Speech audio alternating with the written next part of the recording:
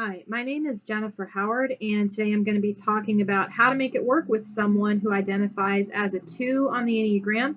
What are some things that you can do if you have a relationship with someone that is a 2, whether it is someone that you're romantically involved in, someone that you want to be romantically involved in, a child, a parent, a sister, a friend, a coworker, a boss, whatever.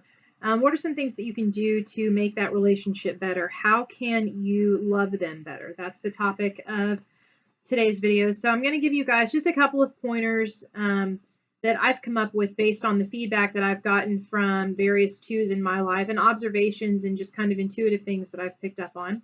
So I would say the first thing that you could do is, make sure that you acknowledge the things that they do for you. And, don't just make that a rote behavior. Acknowledge the things that really do mean something to you. You don't have to say necessarily thank you for every single little thing. In fact, I strongly discourage disingenuous expressions of emotion. I mean, if you genuinely don't feel something, you don't feel something, but I don't know. I'm an INFJ, so I think my entire life mission is about, I don't know, speaking out against inauthenticity.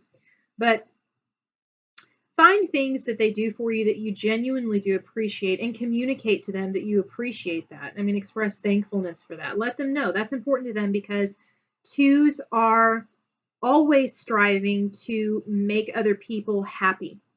And, if you've studied Enneagram for any length of time, you know that one of the frustrating things about being a 2 is when you give and give and give and give and give and give and give so much of yourself and you don't get the appreciation back that you were hoping for, that can tend to build feelings of bitterness and resentment within the 2. And if you love someone that's a 2 and they are expressing bitterness and resentment towards you, please understand that's not your fault. Every single person gets to decide how they're going to emotionally, well, I won't say that.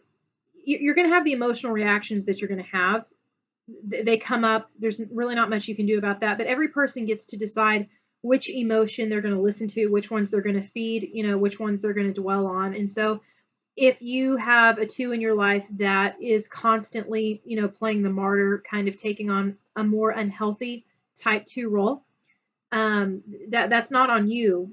You can ask if there's anything that you can do that may have hurt them, which may have given them some ammunition, for them to do whatever it is that they wanted to do to themselves with. But everybody gets to decide how they're going to respond to things, So I'm not telling you that it's your job to make them happy and that their sense of self-worth depends on you, because it doesn't, even though I think maybe to some degree even they may believe that it does, but that's wrong. But I am saying that, I'm sure that you can imagine if you did something especially thoughtful for someone and you went out of their way, constantly, always thinking of what you could do to make them happy and constantly encouraging them and telling them how much you love them, it would be nice for that to be reciprocated. And even if it's not reciprocated, I think it would be nice just to know that it's being heard and it's being received and it's being appreciated. Just to give you an example, I'm not a 2, but this is something that I think a lot of 2s could identify with. I dated this guy one time, and I am a very verbally affectionate person. And so when I care about somebody, when I love somebody, I'm always communicating that to them very directly in a verbal way. Sometimes I send text messages during the day. Sometimes I leave little handwritten notes. When I'm with them, I communicate to their face how I feel about them. That's important to me. And I remember there was one guy that I used to date, and I would send him text messages all the time, just when I was thinking about him. And it wasn't constant, but maybe once a week I would send him a text message if I was thinking about him, just telling him about like the wonderful things that I was thinking of him. And in my mind, that was a loving thing to do. And I don't even know why, but he would never ever respond to those. I got nothing. I could see where he had read them, but he would never respond. And then if like later I sent him another text message to ask him about something else, like, hey, are you free tonight? Then he would respond to things like that. So that was a hurtful thing to me because I was trying very hard to give affection to somebody, and I didn't even know if it was being received. You know what I mean? I didn't get any kind of feedback on that. And that was, I remember that being a hurtful thing to me. And I think sometimes maybe twos may feel that way. So I would just say find some things that they do for you. Maybe it is something that they actually do for you. Maybe it's a gift that they've given you that means a lot to you. Maybe it is the verbal things that they tell you, the way that they encourage you and express that affection. Maybe it's a way that they touch you. Find something that they do that genuinely does mean a lot to you and tell them that you appreciate it. They need to know that their efforts to show love and to create community and unity and relationship are being recognized. That's a helpful thing for them. As with any Enneagram number, you have to be careful that you don't begin to feed too much into the ego image, because what you don't want to do is confirm in their mind that their value to you is only because of the things that they do for you. So, one of the things that I like to do for a two is when I thank them for things, I'll thank them for things that they do, but I try to focus more on like who they are, not necessarily the things that they bring and the tasks that they do that mean a lot to me. Like I'll thank them for being so encouraging, or if I notice that they're really quick to come up with solutions to things that it took me forever to solve. I'll say things like, wow, like you're a really fast creative thinker. How did you come up with that? That kind of thing. That sort of stuff. And even then, that could still technically be a dangerous thing, because what you're doing is creating this idea that their value, again, comes from a type of performance. And so you want to try and steer away from that. And I'm not telling you it's wrong to compliment them on those things. I just want to make sure that that doesn't become the basis of their self-worth. So you have to approach things like that with a lot of discernment and a lot of judgment. You know what I mean? Make sure that you're validating them for who they are, not what they do, not what they give to you. I think that probably one of the greatest things that you could do for someone that's a two that you love is I would tell them just completely out of the blue for no reason whatsoever how much you love them and how much you're happy that they're just there with you, even if you're not doing anything. And I would tell it to them not after they've given you a gift, not after you've spent all day together, not after they've done something for you that you didn't want to do, not after any of that. I think just at a random moment, I would just approach them and express that sentiment to them, because that tells them that they're valued for who they are. They're valued for just simply being there, not necessarily bringing anything to the relationship. And I think that's a really important message for them to receive. Do you know what I mean? So that's one thing that I would suggest. I would say if you're going to be romantically, it doesn't even actually matter if you're romantically involved or not. If you're going to be involved in any type of way, like a significant way, with someone that's a two on the Enneagram, you are going to need to be okay with being an affectionate person. And I don't necessarily mean a physically affectionate person, although that may be part of it, but you're going to need to be someone that is comfortable expressing how you feel about them. It's going to be important to them to know where they stand with you emotionally. They need to know that things are going to, they need to know that things are okay between the two of you. They're going to need a lot of validation in that area. And so I would, they're going to need a lot of attention. They just like that, that's kind of their thing. Everybody likes attention, but I feel like twos place a lot of like a lot of the relationship hinges on that. And maybe even hinges isn't quite the word, but maybe it is. It is so important to them to know that you think of them in an affectionate way. And that's just as important to them, from the day that they met you, to 2 months down the line from that, to the day that you get married, to 10 years after that. They need that constant affirmation, because that's just kind of what gets them going. That's their thing, right? That's what they're looking for. So be prepared to be affectionate. You need to be prepared to show them love in the way that they receive love. So I would say this, a really good tool to help you do that is a book by Gary Chapman called The 5 Love Languages. And he has books that apply to different types of people. So if this is something that you're watching because you have a child that's a two, for example, he has the 5 love languages for children and the 5 love languages for teenagers. he has the 5 love languages. A new one, I think, that came out last year was the 5 love languages at work, which is how you can use the love languages and showing affection in a professional way with people that you work with, whether it's a supervisor or just a coworker or a subordinate or anything like that. That would be a really good tool for you because everybody expresses affection differently. And sometimes when we give something that we think is affection, it's not necessarily received by the other person as an affectionate thing. For example, just using the 5 love languages, my husband, like in his mind, love is when you do something for somebody so that they don't have to do it. So like my husband knows that I love him if I get the whole house cleaned up for him before he comes home from work, and I make sure all the dishes are done and all the laundry is done and the bed is made, and that's the stuff that he really likes. He likes to have a really nice and neat spick and span house, and he loves when he comes home and I've already got it done for him so that he doesn't have to do it. That means more to him, for example, than if I were to like buy him an expensive gift. Like gifts literally mean nothing to him. Like he would rather me save my money. It just doesn't do anything for him. For me, though, because that's his love language, he does things for me. He'll take my car in and get it washed and get the oil changed for me without me asking. He'll go to the store and pick up more toilet paper and diapers so that I don't have to do it. And it's not that I don't appreciate those things, but that's not the equivalent of love to me. And so he can do that for me, all day long. And at the end of the week, I'm frustrated because I feel like he hasn't been affectionate. I feel like he's been very distant. He hasn't acted very lovingly towards me because he's not speaking my love language. So I would recommend that you get that book, go through it together, learn each other's love language. It gives you tips and things how to express that. And you guys can come up with creative ways on your own how you could express that, you know what I mean, to each other. And that's a suggestion that will help kind of keep that affectionate pathway open, which if you are involved with someone who is a 2 is going to be, again, a huge need and a huge desire for them. It's going to be something that you have to be very fluent in. And that takes work for some people. It takes work for everybody, but some more than others, I think. But anyways, that would be my suggestion. I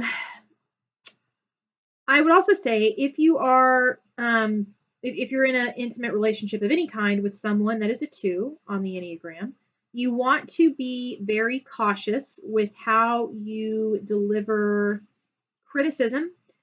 2s are not people that you can be too terribly direct with in terms of criticism, and you've got to be careful because sometimes the things that to you sound really, really nice come across to them as harsh, because you have to keep in mind 2s are in the feeling triad, so their predominant emotion that they struggle with the most, or one of them, is shame. That's like a core issue for them, and they spend so much time, they're other oriented. In other words, they're in the dependent stance, and so they spend so much time trying to live up to what other people want of them, and it's devastating to them, more so if they're an unhealthy 2. If they've done some work and kind of developed, this isn't as big of an issue. But I've noticed if we're talking about like some average to unhealthy type 2 people, it's like they just have such a hard time hearing that they failed, because I think the fear for them is that they failed you. And if they failed you, then you are thinking that you really don't have a use for them anymore, because obviously they can't help you. And if you don't have a use for them, then why would you want them around? And that is just a terrifying idea for them. It's terrifying. I mean, that's what they're trying to avoid. That's why they try so hard to please. You know what I mean? So I would just say, if you have criticisms, if you're fortunate enough to have a relationship with a 2 that is really, really healthy and can handle those confrontational situations, there are definitely 2s out there that are like that. That's great. This one probably isn't as much of a concern for you. I would say that it doesn't give you a license to just, say what you want to say without some kind of a filter, but I don't think that you would have to worry as much about them being especially sensitive. However, if you have a 2 in your life and you just know that they're going to, that they're a more sensitive person and it's harder to tell them when they've done something that you don't like, I would try really, really hard to be as sensitive about delivering that information as you can. you should not withhold the information, because if they're doing something that is hurting you, or if they're doing something that isn't working in your relationship, they deserve to be told, and they need to be told for the sake of making it work and for the sake of giving them the opportunity to make amends, to do their part to do better. They have the right to receive that opportunity. So I would give that to them. But I'm just saying, be thoughtful about what you say. It's hard, especially when you're angry and if you're hurt and if you're scared, to communicate to somebody, because when we get angry, we just want to mutilate people. We want to cause damage when we confront them. And I understand that it's not a light statement to say, to speak to them in an emotionally controlled way when you're angry. But I would say, if you're really, really angry, just keep in mind, you don't have to have a conversation in the moment. The second that something happens, you don't necessarily have to address it. It is totally okay to take some time to cool off. And the length of time, to cool off is different for every person. It could be, 15 minutes, an hour, 2 hours, a week. It just takes time. So give yourself the time that you need to cool off and relax, and then go to them. Just remember, when you have to do confrontation with someone that's a 2, it will help tremendously if through the confrontation, the feeling needs to be that it's the 2 of you against the world. 2s, I think, tend to unravel easily when they feel like the person that means the most to them is pitted against them. That's really hard for them. So I would say that however you choose to communicate, definitely don't go in there and just be incredibly angry about it, because I think that creates that feeling for them of separation, of being pitted against you. You need to go in when you're calm enough, and I would even explicitly say to them, I need to talk to you about something that you did that hurt my feelings, but I want you to know I love you. I don't want to end the relationship. I just want to tell you what's happened so that we can work on this and fix this so that this doesn't happen again, because this relationship is important to me. If you're intimately involved with someone that's a 2, please don't be afraid to say those words when you're having a confrontation. Every time, you cannot oversay that too much. They need to hear that. That will be a source of comfort for them. I promise you. So that's another suggestion that I have. I would also say, try to be really encouraging of anything that they do that's just for them. When they take time to go and do something for them, I don't even care what it is.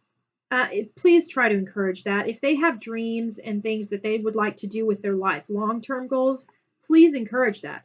I would go to them and say, what is it that I could do to help you achieve this? I've noticed that you're feeling really stressed lately. You seem kind of on edge today. Tell me what I can do to help, relieve you of whatever it is that's bothering you.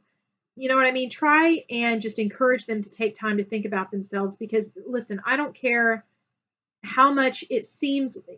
First of all, I don't think it's going to seem like they think about themselves a lot. But if you think that they do think about themselves a lot, I promise you they're not thinking about themselves as much as you think. So encourage them to do things, simple things that just make them happy. Encourage them especially to take time to explore who they are, to ask hard questions. If they, talk about maybe they want to go to therapy for whatever reason, that's awesome. Please encourage that. That's great. If they, are expressing interest in some sort of like a book that would help them learn more about who they are, that's awesome. Please encourage that too. Ask them lots of questions about who they are. Ask them, how was your day? If they mention something, how did that make you feel? I know it's like the cliche counselor thing, but ask them that. They need help taking their attention off of you, okay, and turning it inward. And 2s get in really, really big trouble when they spend years and years and years and years, a lifetime, whatever, focusing on other people and using their focus on other people as kind of like an ego boost for them, which is exactly what they do. They lose so much. They just are out of touch with themselves at that point. And it's absolutely terrible. They get to the point where they don't know what they need. They don't know what they like. They just have absolutely no sense of self, and their identity, I've noticed, can just become so easily wrapped up in what they do and who they know, their relationships with other people. And when you lose other people and when you don't have an ability to give anymore, it's like this life-shattering thing. It's like, well, why am I even here then? You know what I mean? What's the point of living? And it should never be that way for them. And they're going to have to learn how to, differentiate from other people in a really healthy way.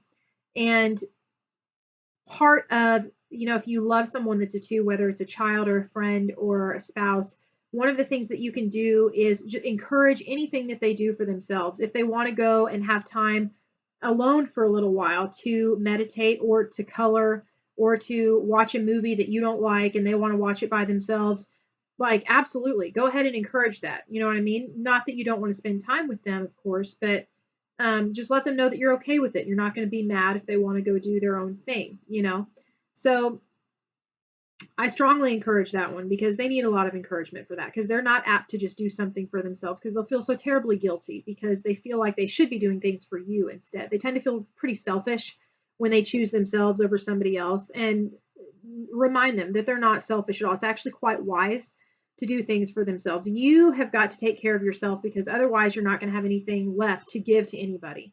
And I know you can tell a 2 that, 8 hours a day, 7 days a week, and, they're like, yeah, I know, but they don't actually ever do it. It takes a whole lot for them to, muster up the courage that it takes to take care of the self first. So any encouragement you could give to that would be awesome.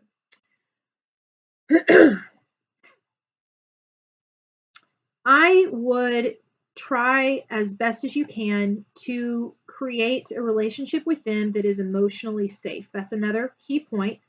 And by emotionally safe, what I mean is they should feel in an ideal situation, and I understand that ideal situations don't always occur. But in an ideal situation, every relationship of any kind should be one that's emotionally safe. In other words, the people in the relationship should know that they can approach the other person in the relationship and say whatever they think, whatever they feel, as long as it's not abusive or antagonistic against that other person. They should be able to express whatever they think and whatever they feel and know that they're not going to be judged for that, and that they're not going to lose relationship because of that. Do you know what I mean? That's an ideal situation.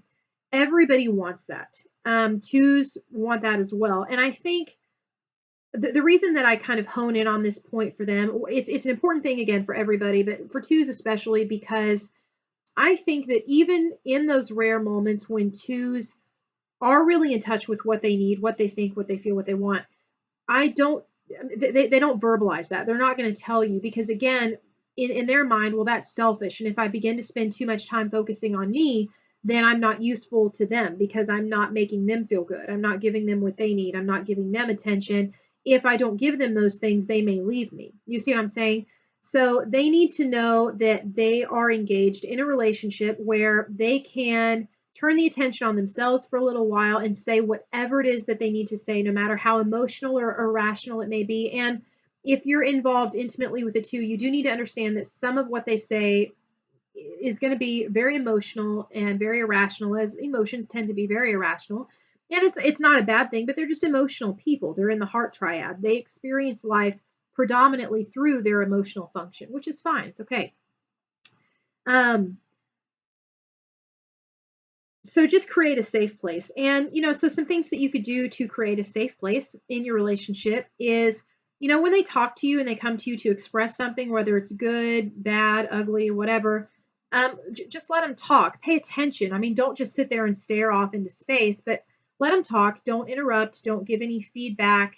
Please, whatever you do not just start offering advice right off of the bat. Ask them, okay, I hear what you're saying. I'm sorry to hear that, or whatever it is that you need to say in response to that, and ask them, what do you need from me? Do you want me to give you advice, or do you want me to just listen? Do you want me to hold you? Do you want me to help you fix your problem if a problem is what they come to you with?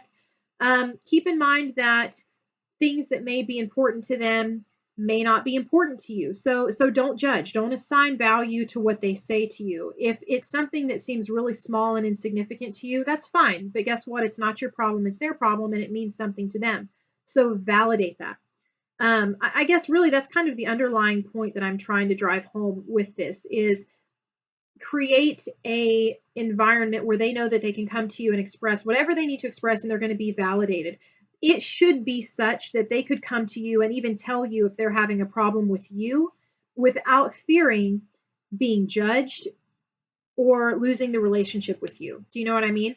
You should be able to listen to what they have to say, even if they're talking to you about a fault that they've noticed, and be able to hear. Again, don't interrupt, don't defend yourself, just listen, just hear what they have to say and try to hear the heart behind that.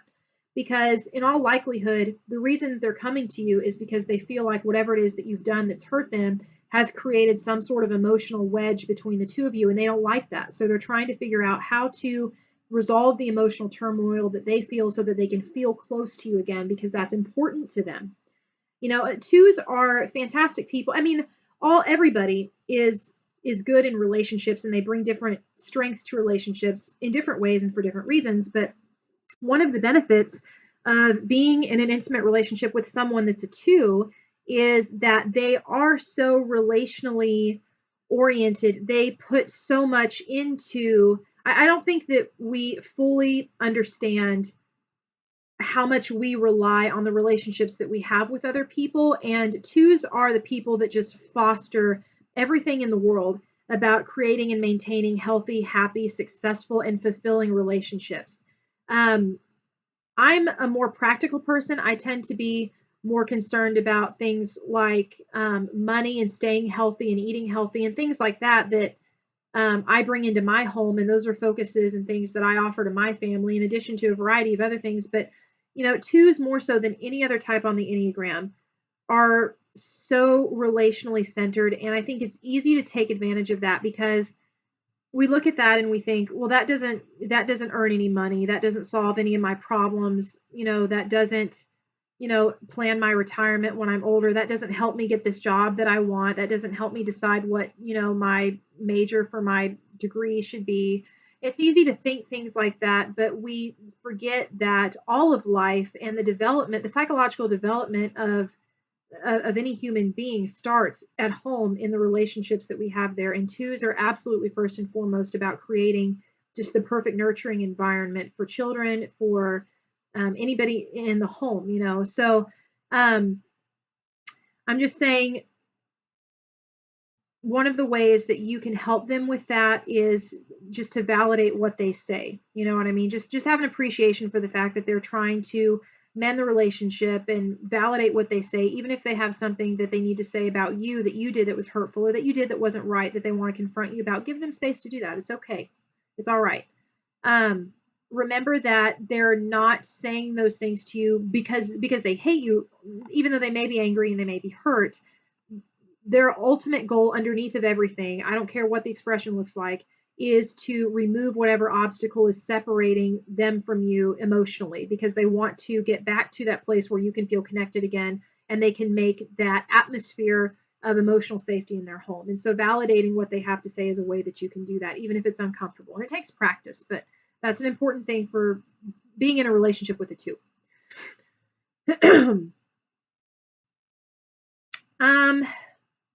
Lastly, this kind of ties into the idea of supporting them when they want to do things for themselves. I would say offer them help. If there's something that they routinely do for you, that could kind of be a clue that maybe that thing is their love language. So, for example, if they're constantly leaving you little notes around the house or in your car or something about how much they love you or how wonderful you are, verbal communication may be a big deal for them. So try reciprocating that.